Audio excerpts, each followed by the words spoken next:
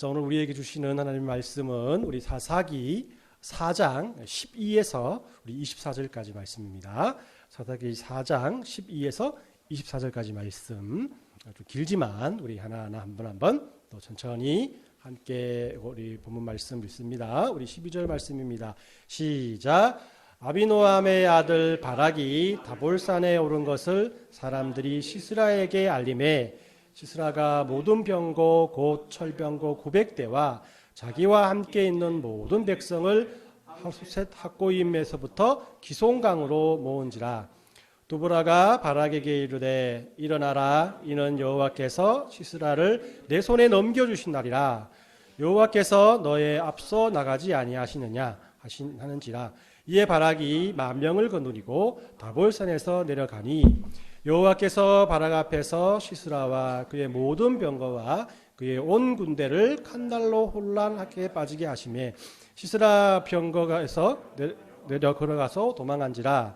바락이 그의 병거와 군대를 추격하여 하로셋 학고임에 이르니 시스라의 온 군대가 다 칼에 엎드려 졌고 한 사람도 남은 자가 없었더라. 시스라가 걸어서 도망하여 겐 사람 헤벨의 아내 야엘의 장막에 이르렀으니 이는 하솔 왕 야빈과 겐 사람 헤벨의 집 사이에는 화평이 있습니다. 야엘이 나가 시스라를 영접하며 그에게 말하되 나의 주여 들어오소서, 내게로 들어오시고 두려워하지 마소서 하매 그가 장막에 들어가니 야엘이 이불로 그를 덮느니라.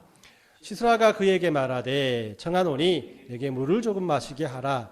내가 목마르다 하매 우유부대를 열어 그에게 마시게 하고 그를 덮으니 그가 또 이르되 장막 문에 섰다가 만일 사람이 와서 내게 묻기를 여기 어떤 사람이 있느냐 하거든 너는 없다 하라 하고 그가 깊이 잠드니 하벨의 아내 야엘이 장막 말뚝을 가지고 손에 방망이를 들고 그에게 가만히 가서 말뚝을 그의 관자놀이에 박음에 말뚝이 꿰뚫고 땅에 박히니 그가 기절하여 죽으니라.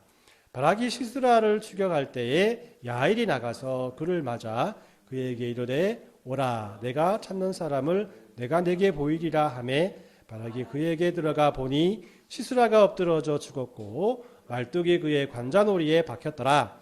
이와 같이 이날에 하나님이 가나안 왕 야빈을 이스라엘 자손 앞에 굴복하게 하신지라. 이스라엘 자손이 손이 가나안 왕 야빈을 점점 더 눌러서 마침내 가나안 왕 야빈을 진멸하였더라. 아멘. 자, 우리 지난주에 이어서 우리는 이 드보라와 바락이 함께 우리 가나안 장군 시스라와 전쟁을 하기 위해서 다볼산으로 올라갔을 때까지를 살펴보았습니다. 이 우여곡절 끝에 현실적인 바락과 이상적인 드보라, 보이는 것만을 믿는 바락과 보이지 아니하는 곳에서 역사하시는 하나님을 믿는 믿음의 사람 드보라, 어떤 면에서는 세상적으로 볼 때 서로 성격이 맞지 않는 이 두 사람이 하나님의 사역에 함께 뛰어들게 되었습니다. 이 두 사람이, 아니 이스라엘 사람들이 반란을 일으켜서 다볼산에 모였다라는 사실은 당연히 이 가나안 장군 시스라의 귀에까지 들어가게 되지요. 그리고 시스라는 자신의 전 병력을 데리고 다볼산 아래에 있는 기송강으로 이렇게 모이게 됩니다. 전쟁이 코앞에 와 있을 때에 바락의 마음이 어땠을까? 이 바뀌지 않는 현실 앞에서 바락은 다시 한번 마음을 잡을 수 없었을 것입니다. 이 드보라는 이런 바락과 이스라엘 사람들에게 다시 한번 하나님의 말씀을 전해주는데요. 우리 PPT에 나와 있는 4장 14절 말씀 여러분들께 읽어드립니다. 드보라가 바락에게 이르되 일어나라, 이는 여호와께서 시스라를 내 손에 넘겨주신 날이라. 여호와께서 너의 앞서 나가지 아니하시느냐 하는지라. 이에 바락이 10,000명을 거느리고 다볼산에서 내려가니. 이 드보라는 바락에게 일어나라라고 우리에게 명령을 하고 있죠. 아마도 이스라엘 군대는 넋이 나가서 앉아 있었나 봅니다. 한번 상상해 보십시오, 여러분들. 우리 철병거가 900승이니까 이 병거 하나에 말 한 피를 붙이면은 말이 몇 대입니까? 말이 몇 마리입니까? 900마리죠. 또 이게 2마리를 붙여서 쌍두마차가 된다면은 몇 마리입니까? 예, 1,800마리죠. 맞네. 1,800마리입니다. 이 1,800마리가 이 집결해 있는 모습을 높은 다볼산 위에서 이스라엘 사람들이 지켜보고 있다는 것이에요. 뭐 마르는 소리도 나고 말굽 소리도 나고 또 철병거가 굴러가는 소리가 막 계곡에 쩌렁쩌렁 울렸겠죠, 그죠? 이런 소리만 들어도 이 이스라엘의 군대는 기가 꺾이고 맥이 풀리기에 충분했을 것입니다. 누구나 이런 상황이 되면 자신의 현실에 좌절하지 않겠습니까? 어떻게 도망을 가야 되나? 이럴 때 드보라가 바락에게 이스라엘이여 일어나라, 시스라 군대를 보고 눌리지 말고 일어나라라고 이렇게 외치고 있다는 것이죠. 왜 그러냐면 14절 말씀 보면 이미 여호와께서 시스라를 내 손에 넘겨주신 날이라라고 말씀하시거든요. 넘겨주실 것이라가 아니고 넘겨주신 날이라라고 완료 수제를 썼어요. 그러니까 이미 전투 결과가 결정되었기 때문에 너희들은 나가는 것에 두려워하지 말라라는 그런 이유 때문이었을 것입니다. 그래도 바락의 마음이 움직이지 않죠. 그러다 드보라는 하나님께서 네 앞에 먼저 나가시니까 너는 그런 하나님을 방패 삼아 쫓아가기만 하면 된다라고 그에게 힘과 용기를 줍니다. 결국 바락은 이스라엘 10,000명을 거느리고 다볼산에서 내려가서 이 전쟁이 시작된다는 것이죠. 여러분들 전쟁의 결과가 어떻게 됐을까요? 물론 이스라엘 백성들이 이깁니다. 그래서 사사기 15, 16절에 보면 이렇게 나와 있어요. 여호와께서 바락 앞에서 시스라와 그의 모든 병거와 그의 온 군대를 칼날로 혼란에 빠지게 하심에 시스라가 병거에서 내려 걸어서 도망한지라 바락이 그의 병거들과 군대를 추격하여 하로셋 학고임에 이르니 시스라의 온 군대가 다 칼에 엎드려졌고 한 사람도 남은 자가 없었더라라고 그렇게 말씀을 합니다. 이 전쟁의 양상을 자세히 살펴보면은 하나님께서 어떻게 이 가나안 군대와 싸우셨는지를 이렇게 알려주고 있거든요. 하나님께서 바락 앞에서 시스라와 병거들에게 또 온 군대가 칼날로 혼란스럽게 만들었어요. 그리고 그 혼란 중에 시스라 장군은 병거에서 내려서 걸어서 도망을 갔고 또 많은 그 병사들이 걸어서 도망을 갔겠죠, 그죠? 그때 이스라엘 사람들은 그 병거들을 추격해서 전쟁을 마무리하게 됐다라는 것이에요. 여기부터 보면 제일 중요한 단어가 혼란에 빠졌다라는 것인데요. 하나님께서 어떻게 시스라의 군대를 혼란에 빠지게 만들었을까? 오늘 본문에는 나와 있지 않지만 사사기 5장에 보면 여기에 대단히 자세하게 나오는 곳이 있습니다. 이 5장이라고 하면은 여러분들 우리 다음 주에 살펴보겠지만은 바락과 드보라가 이 전쟁에서의 승리에 감사하여서 하나님 앞에 올린 찬양시가 5장 전체거든요. 그래서 5장 4절에 보면 이렇게 되어 있어요. 여호와여 주께서 세일에서부터 나오시고 에돔들에서부터 진행하실 때에 땅이 진동하고 하늘이 물을 내리고 구름도 물을 내렸나이다 라고 이렇게 말씀을 합니다. 여기에서 바락과 드보라는 이 전쟁에서 하나님께서는 비와 번개를 통해서 시스라 군대를 멸하였다라고 말하거든요. 이 당시 기송강이라는 곳이 평상시에는 물이 흐르지 않는 평지였지만은 비가 갑자기 오게 되면 이 물이 금방 불어나고 또 바닥이 진흙이 되는 그런 강이었다고 합니다. 그러니까 하나님께서 갑자기 이 천둥 번개를 동반한 비구름, 우리 일기예보에 많이 나오죠, 그죠? 천둥 번개를 동반한 비구름을 기송강가에 많이 보내셔서 집중호우를 내리게 하셨던 거예요. 그래서 이 강바닥이 진흙이 되니까 아무리 기동성이 좋고 강한 철병거라도 이 진흙탕에서 움직이지 못하게 되는 것이죠. 그러니까 이스라엘 사람들은 이 모습을 보고 그냥 걸어다니면서 적을 진멸하였다라고 설명할 수가 있는 겁니다. 그리고 시스라 장군은 15절에 보니까 이 진흙탕에 빠진 자신의 병거에서 어렵게 탈출을 해서 도보로 도망가게 되었다라고 이 말씀을 합니다. 얼핏 보면 이게 전쟁이 다 끝난 것 같죠, 그죠? 그렇지만은 옛날 전쟁은 적장이 죽거나 포로가 되어야 끝났거든요. 그러니까 이 본문은 여기서 그치는 것이 아니고 이 시스라가 어디로 도망갔는지에 대해서 초점을 맞추고 계속해서 내용을 이어간다는 것이에요. 시스라는 도망가다가 겐 사람 헤벨의 집에 도착하게 되었다라고 말합니다. 헤벨은 당시 가나안 왕 야빈과 화친했던 사람이라고 할 수 있어요. 그러니까 가나안 왕 야빈이 친하게 지냈다는 것은 그에게 동조했다는 것이고, 그죠? 또 한국으로 말하면 친일파와 같은 사람의 집이었다라는 것이에요. 그러니까 시스라는 급한 김에 이 집에 가서 좀 신세를 지고 곧바로 가나안 왕 야빈에게 가서 이 전쟁의 결과를 보고하려고 했던 것 같습니다.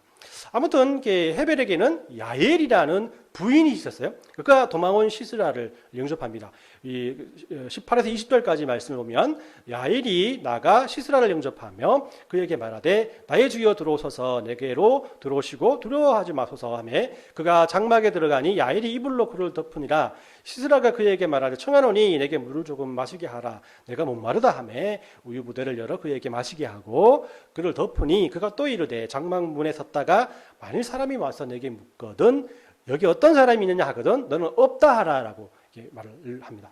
이 야엘은 피곤한 시스라를 영접했고요. 또 목마른 그에게 따뜻한 우유를 대접합니다. 그리고 그 음식을 먹고 잠든 시스라를 위해서 이불을 덮어주었죠. 그런데 도망 중인 시스라가 이 급한 상황 속에서 누가 자신을 찾거든 나를 없다고 해라. 영구 없다. 그죠? 이렇게 말하라고 이렇게 말을 한다는 겁니다.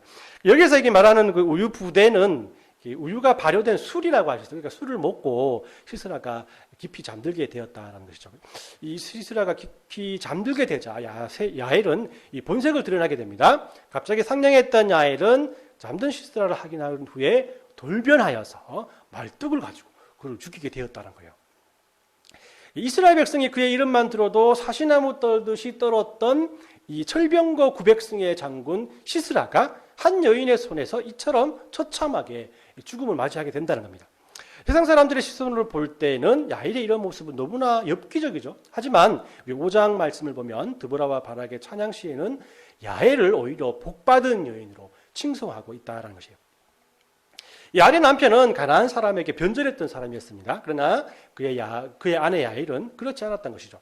야엘은 시스라가 도망쳐온 것을 보고 전투의 결과를 예측했던 겁니다. 아, 졌구나. 그리고 드보라와 같이 현실을 넘어 모든 것을 움직이시는 하나님을 믿음의 눈으로 보고 용기를 내어서 적의 대장을 제거하고 하나님에 대한 믿음을 지키게 되었다라는 것이에요.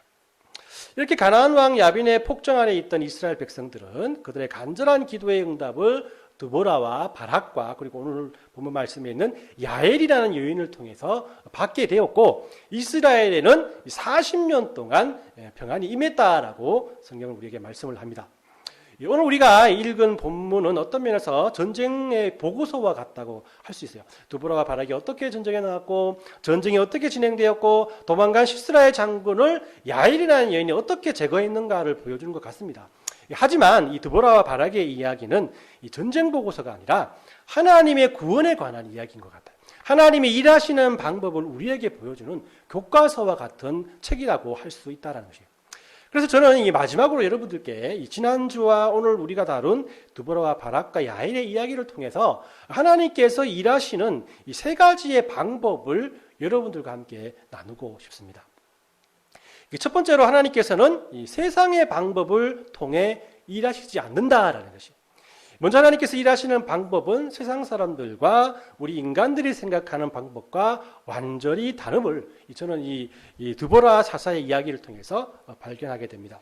여러분 우리 천불병거와 또 최강의 군대들과 또 농기구와 또 훈련되지 않는 군사로서 이 전쟁을 했을 때 그 전쟁에서 이스라엘을 이기게 하신 것, 또 시스라 장군이 힘들게 도망가다가 야엘이라는 여인에게 어처구니 없게 죽게 된 것도 그 누구도 예상할 수 없었던 완전한 반전의 이야기가 아니겠습니까? 이렇게 하나님께서는 우리들의 생각과는 완전히 다르게 하나님의 일을 행하신다라는 것이에요. 또한 하나님께서는 우리가 예상하지 못하게 남성보다는 여성을 중심으로 오늘 본문 말씀을 이끌고 계시다라는 것입니다. 당시 남자들은 모든 것이 중심 세력이었죠, 그죠? 그리고 모든 것을 주도했던 부류 아니겠어요? 그러나 이 드보라 이야기에서는 이 남자들은 철저히 배제되어 있습니다. 그것도 그럴 것이 당시 나라가 위기에 처해 있었는데 그 위기에 처한 나라를 구원하시기 위해서 하나님께서 사사를 하나님께 세우시는데 그 사사가 바로 여자인 드보라가 뽑힐 만큼 당시 그만한 믿음을 가진 믿음의 사람들이 없었다라는 그 증거이기도 하다는 것이에요.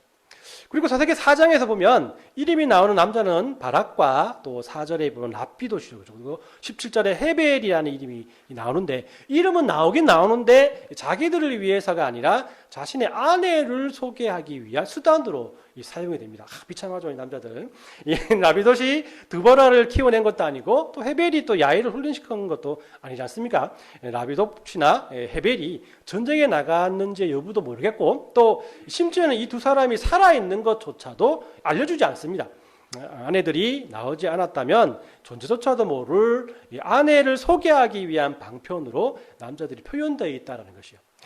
물론 야빈왕도 있지만은 이름만 나오는 것은 마찬가지겠고, 그죠? 또 야빈왕의 오른팔이었던 시스라 장군도 보기에는 거창했지만 결국 그의 죽음이 그리 순탄하지 않았잖아요, 그죠? 또 바락은 아시다시피 모든 일에 주도적이지 못했고 항상 드보라와 함께 하기를 원했던 그런 사람으로 표현되고 있다는 것이에요. 이처럼 하나님께서는 세상 사람들이 생각하는 쉬운 방법과 또 힘입어 보이는 사람들을 사용하시는 것이 아니라 생각지도 못한 방법과 이름 없고 힘없는 사람들을 사용하시는 분이시란 겁니다. 왜 그렇게 했습니까? 하나님께서는 그만큼 전지전능하신 분이시기 때문이에요. 우리는 이제 어떤 고정관념 속에 살아가곤 합니다. 우리가 좋은 학교를 나오고 좋은 직장을 다니고 많은 물질이 있는 사람이라면 우리도 더 행복하고 편하게 살게 될 것이다라고 생각을 합니다. 그리고 이런 것들을 위해서 우리는 나름대로 계획을 세우죠. 그리고 거기에 맞게 또 살아가고 노력합니다. 특히나 이런 우리들의 자신의 계획에 또 하나님의 정당성을 또 이렇게 불어넣어야 되죠. 하나님께서 우리를 이렇게 이끌어 주셨다라는 거기에 맞는 시나리오까지 쓰곤 합니다. 이것이 하나님의 영광 되는 삶이야. 우리 이렇게 살아야 돼. 이것이 세상의 빛과 소금의 역할을 하는 것이 아니야. 그러니까 네가 거기에 붙어야 돼. 아주 가끔은 이런 나의 계획과 시나리오가 딱 맞게 떨어지는 결과를 낳을 때가 있습니다. 와, 놀랍죠, 그죠? 물론 하나님께 감사하고 영광을 돌리지만 그러나 그 은혜는 오래가지 못하죠. 무엇인가 나의 잘남이, 나의 실력이 열심히 하나님을 감동시켜서 이런 결과가 나왔다라고 어떤 면에서는 확신하게 되는 것이 우리들의 마음이라는 것이에요. 하나님께서 우리들의 생각과 다르게 일하시는 이유는 바로 이것입니다. 하나님께서는 우리의 계획이 하고 부족함을 알고 계시기도 하지만 하나님께서는 우리가 이런 고정관념 속에 사는 것을 원하지 않기 때문이라는 거예요. 하나님께서는 전지전능하신 분이 아니십니까? 모든 것을 아시고 모든 것을 하실 수 있는 분 아니시겠습니까? 이런 하나님은 우리의 고정관념 속에 세상 사람들의 일방적인 상식 속에 제한되는 분이 아니심을 하나님께서는 밝히기 원하신다라는 것입니다. 우리 사무엘상 12장 16절에는 이렇게 말씀을 합니다. 너희는 이제 가만히 서서 여호와께서 너희 목전에서 행하시는 이 큰 일을 보라. 우리 PPT 보면 너희는 이제 가만히 서서 여호와께서 너희 목전에 행하시는 큰 일을 이 큰 일을 보라.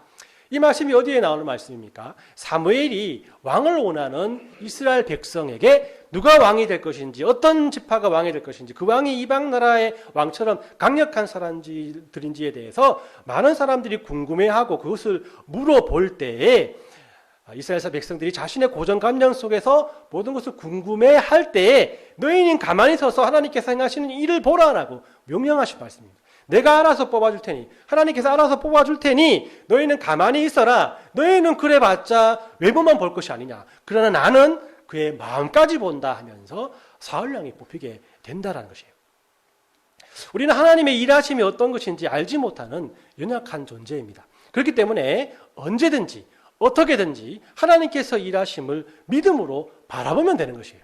그리고 이런 하나님을 위해서 최선을 다해서 그 믿음으로 말미암아 순종하는 삶을 살면 된다는 것입니다. 이렇게 순종하며 기다리는 사람들은 분명 하나님께서 일하시는 큰 영광을 보게 될 것이라는 겁니다.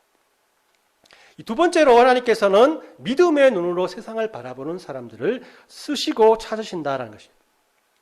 이 사실은 이 지난주 설교 때 미리 말씀을 드렸습니다. 싸움으로 본다면 이스라엘이 가나안 왕 야빈에게 죄비되지 않는, 변하지 아니하는 상황 속에서 바락은 현실을 보았고 드보라는 현실을 넘어 있는 하나님의 일하심을 보았다고 했습니다. 이와 마찬가지로 오늘 본문의 야엘 역시 믿음의 눈으로 현실을 바라보는 사람들이었습니다. 이스라엘 민족의 원수와 같았던 시스라가 초라한 모습으로 패전하여서 자기 집을 찾아왔습니다. 저 같은 경우에 집에 들어오지 못하게 하고 쫓아보냈을 것입니다. 하지만 야엘은 그를 집으로 들입니다. 그리고 극진히 그를 대접하죠. 왜냐하면 그녀는 시스라를 보자마자 자신이 어떠한 일을 해야 할지에 대해서 깨닫게 되었다는 것입니다. 하나님께서 벌써 전쟁이 시작되기도 전에 바락에게 시스라가 여인의 손에 죽을 것이라는 것을 미리 예언했잖아요. 하나님께서 예언을 통해서 하나님의 계획을 믿음의 눈으로 미리 그녀에게 보게 하신다는 것입니다. 여러분들, 우리 여자를 떠나서 사람으로서 사람을 그렇게 죽이는 것이 웬만한 감담으로 할 수 있는 거겠습니까? 그죠? 해보십시오.